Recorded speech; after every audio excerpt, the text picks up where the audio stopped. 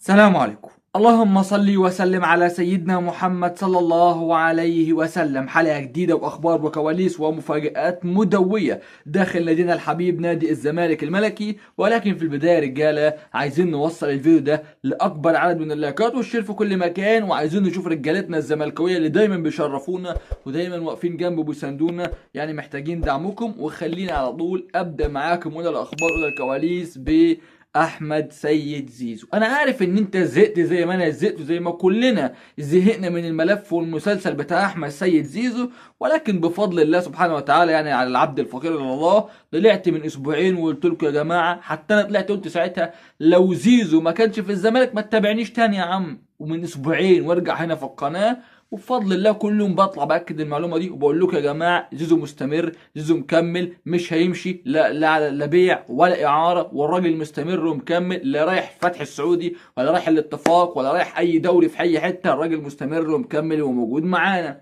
الناس هتقول لك طب امال العروض اللي جايه له ليه دي ليه؟ طب امال الاعلام الفلاني بيقول كده ليه؟ يا عم ما تكبر دماغك يا عم، خد مني المعلومه وانا بقول لك اهو. اعلان احمد سيد زيزو مع نادي الزمالك خلال ايام. طب هتقول لي يعني لسه ما جددش؟ هو مجدد وقبض فلوسه، ولكن سبب عدم الاعلان لغايه دلوقتي يا صديقي ان اللعيبه ليها مستحقاتها، فالراجل يعني مش عايز يبقى يقول لك اشمعنى طب وليه والكلام ده، انما هو قابض وموقع ومتفق ومخلص وموضوع خلصان والموضوع منتهي. فده بالنسبه ليه موضوع احمد سيد زيزو. وللاسف الشديد كل يوم بلاقي مئات الناس عندي في القناه بيبعتوا لي زيزو زيزو زي يا عم اسمع مني زيزو. طب ما اتقال اليومين اللي فاتوا الاتفاق السعودي والفتح السعودي ومش عارف نيوم ومش عارف العين، ولا في عين ولا في قلب ولا في كلاوي حتى، انسى الكلام ده كله. الراجل مستمر معانا ومكمل معانا، والموضوع ايه خلاص خلصان بالنسبه لي احمد سيد زيزو قولا واحدا. طيب، كريستيان جروس المدير الفني نادي الزمالك الراجل زعلان. ليه زعلان؟ الراجل طلب رحيل سيف الدين الجزيري. الراجل اتفاجئ ان تم تسويه مستحقات الجزيري مع الاداره، وان الاداره اتفقت على تجديد اللاعب لمده موسمين، والموضوع اتحل والراجل هينزل التدريب ومفيش اي مشكله. طب جروس زعلان ليه؟ جروس زعلان لان هو اول حاجه طلب رحيل الجزيري. تاني حاجة ان الجزيري بالنسبة لجروس مش رقم واحد ولا حتى رقم اتنين، ده رقم تلاتة. ده ايه؟ رقم ثلاثة. وجروس قال لك انا عايز لاعب اجنبي افضل يقدر يستفيد منه افضل من الجزيري. ولكن نادي الزمالك كان مجبر اخاك لا بطل ان هو يجدد للجزيري ورجله فوق رقبته. ليه بقى؟ لان لو نادي الزمالك ما جددش للجزيري واتحايل على الجزيري ويعني فضل يعني يلف ويروح ويجي وشمال ويمين، كان الجزيري هيمشي من عندك ويوقع على اي نادي تاني يروحه وياخد منك 9 شهور مستحقات قديمة بالاضافة لسنتين انت كمجلس فاشل وقعتهم مع الراجل. فانت ما كانش قدامك اي طريقة غير طريقة واحدة بس اللي انت عملتها كمجلس ادارة، ان انت تتحايل عليه وتراضيه وتسترضيه ويكمل معاك في النادي غصب عنك كإدارة وغصب عن المدرب. فده اللي حصل مع سيف الدين الجزيري. وبالمناسبة سيف الدين الجزيري كان يقدر يوقع على اي نادي وياخد مستحقاته كلها، وانت كمجلس اداره ما تقدرش تعمل له حاجه.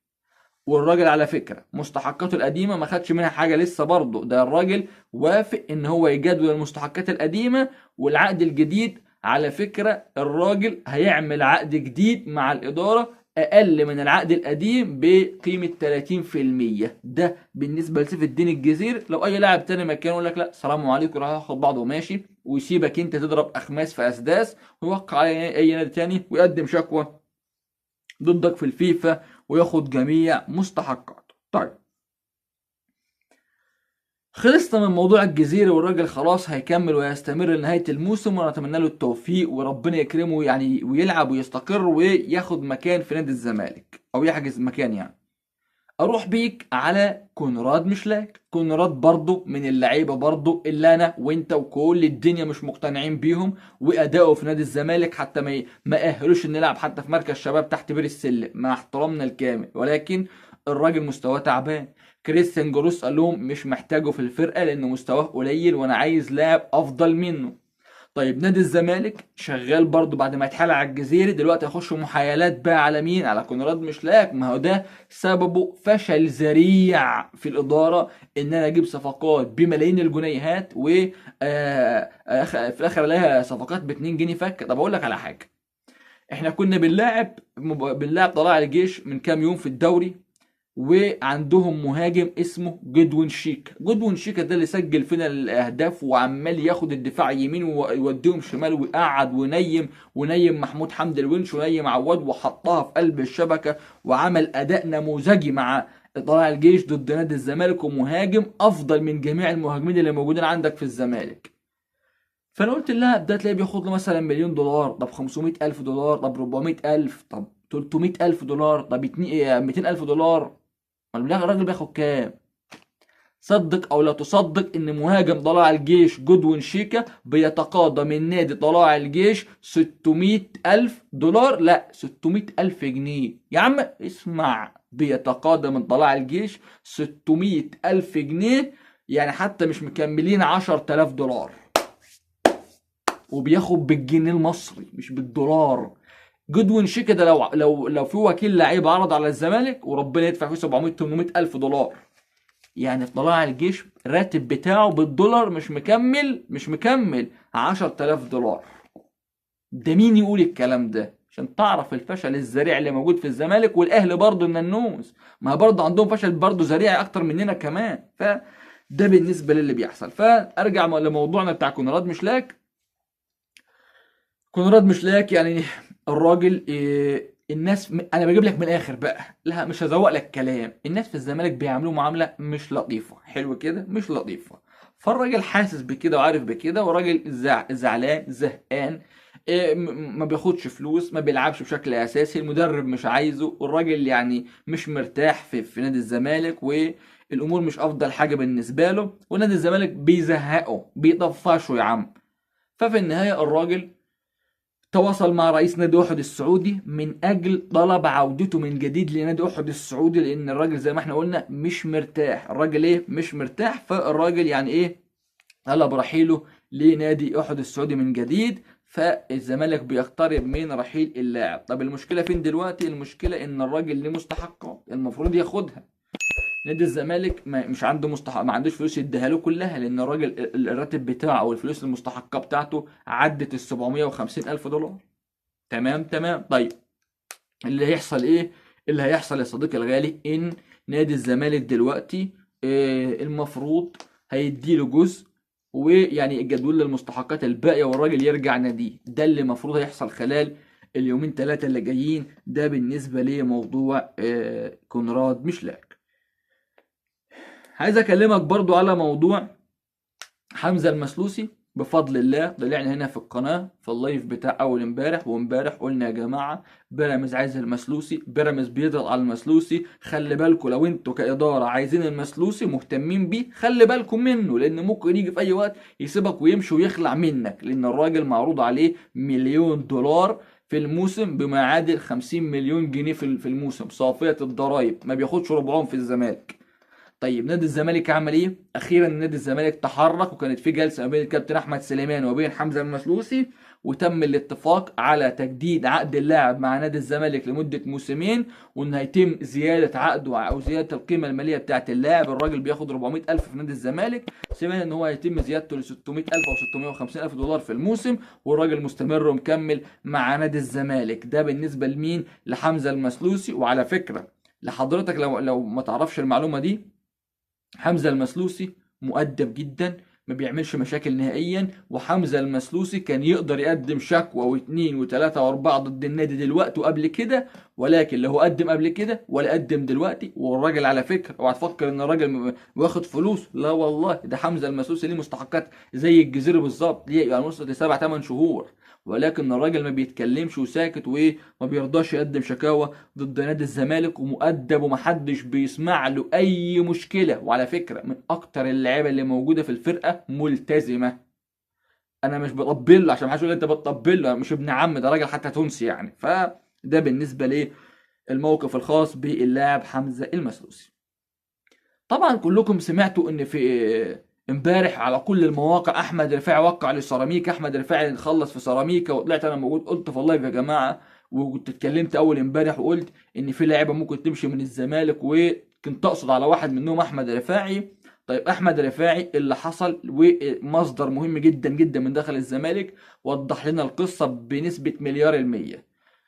احمد رفاعي في الانتقالات اللي فاتت كان جاله عرض من غزل المحله ان هو يروح بيع نهائي، نادي الزمالك وقتها رفض ان هو يطلعه بيع نهائي، وقال لغزل المحله لو عايزينه خدوه اعاره لمده 6 شهور او موسم مفيش مشكله.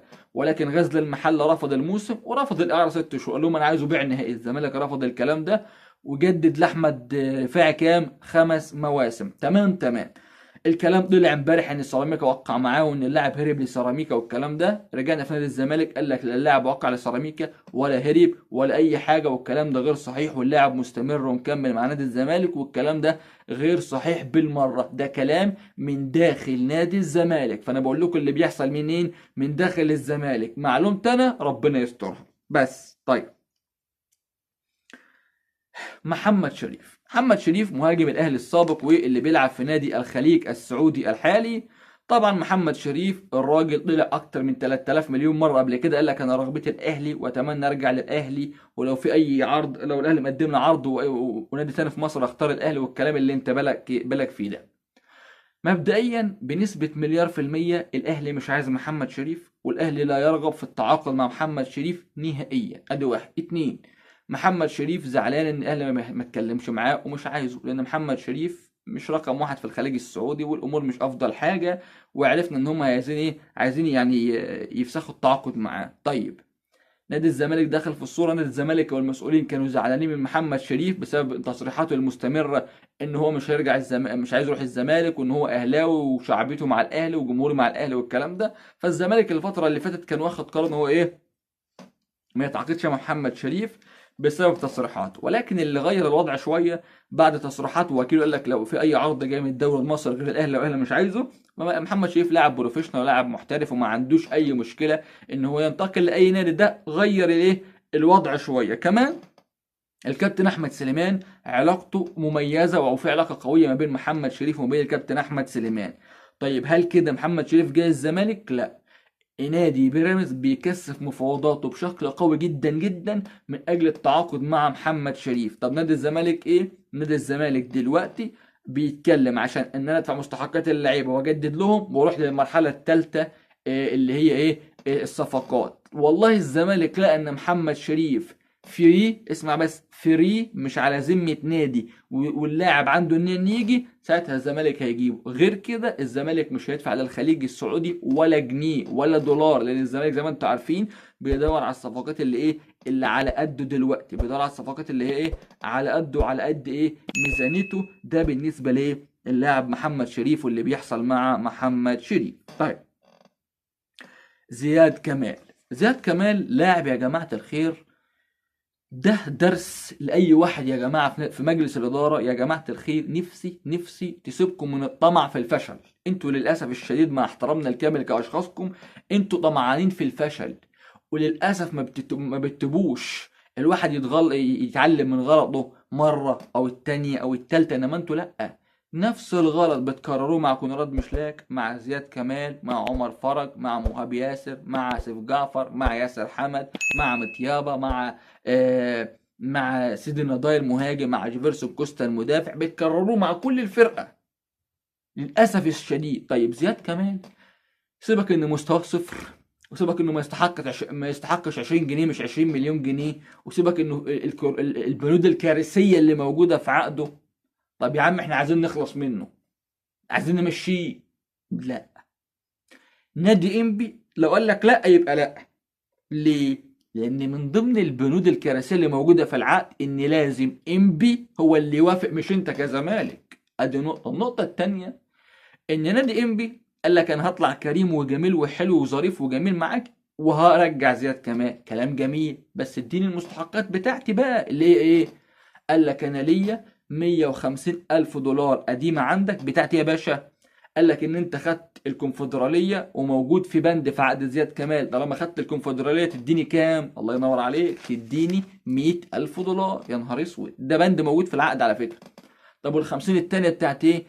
ال50,000 دولار التانية بتاعت فوزك بالسوبر الافريقي. دي بتاعت ايه؟ قالك السوبر الافريقي، ما ده برضو بند موجود في عقد زياد كمال. ده بند ايه؟ موجود في عقد زياد كمال. يبقى انت عندك كده 150,000 دولار، تمام. اما ال20 مليون اللي بالمصري بقى، دي قيمة الاعارة يا باشا. دي قيمة الاعارة يا باشا.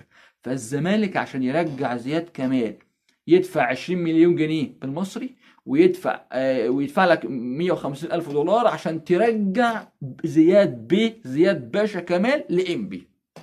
مين اللي عامل العقد ده؟ الكابتن المحترم العملاق الخبير جهبذ زمانه كابتن حسين السيد.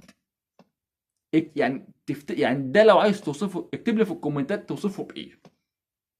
انا مش هقول، انت قول لي في الكومنتات لو انت عايز توصف الموقف ده توصفه بايه. طيب، لا حول الله. المهاجم اللي احنا كنا اتكلمنا عنه، المهاجم اللي هو الغاني ابوكو دوت، اللي احنا قلنا عليه، قلت لكم امبارح ان نادي الزمالك عايز يجيبه اعاره لمده 6 شهور ببلاش. يعني ببلاش يعني ما يدفعش لناديه فلوس، اللي هو نادي مونتريال الكندي. الزمالك مش عايز يدفع له فلوس ويجيبه ايه؟ ببلاش. الزمالك يدفع راتب اللاعب بس. طبعا النادي الكندي رفض الكلام ده وقال لك لا، الكلام ده ما ينفعش معايا. والنادي الكندي رفض تماما العرض بتاع نادي الزمالك. ومش بس كده، قال لهم محدش يتفاوض معايا بخصوص اللاعب ده تاني. فتم صرف النظر عن التعاقد مع اللاعب اوبوكو. ونادي الزمالك هيبتدي بقى يدور على ايه؟ على حد جديد خلال الفترة اللي جاية. ده بالنسبة لموقف اللاعب المهاجم الغاني اوبوكو. كمان إدارة نادي الزمالك ابتدت تجهز الكشوف بتاعة اللعيبة، بتاعة المستحقات بتاعتهم. طبعا مش كشف ولا لاعب اللي ليه فلوس، ده كل الفرقة على بعض، من اليمين للشمال للدفاع للهجوم، كله ليه فلوس. فجابوا الكشوفات عشان خلاص هيتم صرف مستحقات او جزء من مستحقات اللعيبه خلال يومين 3 اللي جايين. عشان اللعيبه عامله ثوره في الفرقه. اللعيبه عامله ايه؟ ثوره داخل النادي من اجل الحصول على مستحقاتهم. فده بالنسبه لكشوف اللاعبين والمستحقات بتاعتهم. كريستيان جروس كان طالب رحيل احمد محمود ويجي له لاعب غيره، او يجي له باك رايت جديد. طبعا لما عرف اللي فيها وعرف ان هو اساسا ما جالوش ولا لاعب لغايه دلوقتي، وجمهور الزمالك في المدرجات قال لك اصحى فوق يا لبيب، اصحى يا لبيب 12، يعني مش عارف، قال لك اصحى يا لبيب، مش عارف عدى 12 يوم من يناير ولا حاجه زي كده. ولكن هاجموا حسين لبيب ان عدى 12 13 يوم من يناير ولسه لحد الان او لحد دلوقتي ما فيش اي صفقات خلصت في نادي الزمالك. ف نادي الزمالك او كريستيان جروس رفض رحيل احمد محمود بعد ما عرف اللي فيه. قال لك لا خلاص، يكمل ويستمر معايا وما يرحلش. ده بالنسبه لموقف كريستيان جروس. النادي الاهلي خلاص بيقترب من انهاء التعاقد مع اللاعب البرازيلي. في لاعب برازيلي الاهلي يعني اتكلم معاه وبقاله فتره بيتكلم معاه، وهو الجناح البرازيلي اللاعب ايفرتون. طبعا ده لاعب جناح مميز جدا، لاعب مميز، ولكن المشكله في الفلوس. الاهلي عايز لعيبه بكواليتي عالي ولكن مستحقاتها عاليه جدا جدا. فالاهلي خلاص يعني فلوسه كتير ومحدش بيحاسبه جايه منين ولا رايحه فين ولا بتعمل ايه زي ما انتم عارفين. فالاهلي بيقترب طبعا من التعاقد مع اللاعب جيفرسون، مع اللاعب ايفرتون الجناح البرازيلي. كمان النادي الاهلي برضو بيفاضل ما بين مدافع من وسط 3 مدافعين. الاهلي عنده رقم 1، اسمع بس الترشيحات وتعرف اللي بيحصل ايه. الاهلي عنده رقم 1 في المدافعين هو مصطفى العش لاعب نادي زد.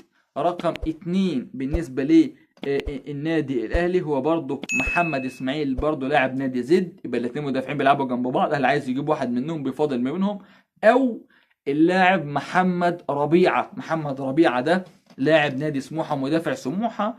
وكده كده الاهلي بس يشاور والانديه تنفذ. الاهلي لو قال لي زد اديني واحد يديله ممكن الاثنين لو عايز. الاهلي عادي، انت تؤمر كاهلي واحنا ننفذ كزد، مفيش مشكله يا باشا. طبعا انتوا عارفين بقى فرج عامر ومحمود الخطيب وصيد السمك والحب والعلاقه وعارفين الفيلم كله انتوا. فالاهلي بيفاضل، ولكن كده كده الاهلي هيجيب مدافع. فالاهلي بيفاضل ما بين واحد منهم عشان يكون موجود خلال الفتره اللي جايه داخل النادي الاهلي. فطبعا الزمالك لما راح لمحمد اسماعيل زد قال لك يحنن ما عنديش. لما الزمالك راح لمصطفى العش قال لك ما نعرفش حد بالاسم ده، يلا اتكل على الله اعمل حاجه من هنا، وما رضيش يديك اللعيبه. نادي الزمالك يعني بلاش. فالزمالك كله بيقولوا على لاعب ايه؟ النادي يقول لك كانو ماني وفي صعوبه في نادي الزمالك بالنسبه لانهاء الصفقات بسبب الازمه الماليه واللي بيحصل داخل نادي الزمالك. فان شاء الله ربنا يوفق نادي الزمالك. ودي كانت اخبارنا وكواليسنا، ان شاء الله ربنا يكرمنا وبكده تكون خلصت اخبارنا وخلصت كواليسنا. شكرا لكل اخوات وكل حبايب الزملكاويه اللي دايما بيدعمونا باللايك والشير، والسلام عليكم ورحمه الله وبركاته.